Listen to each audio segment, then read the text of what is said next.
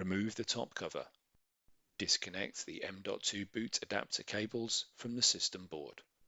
Remove the M.2 boot adapter assembly from the PCIe riser assembly or PCIe slot 3.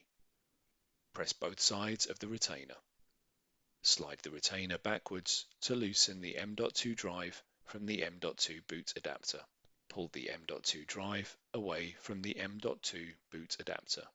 Pull the M.2 drive away from the connector at an angle.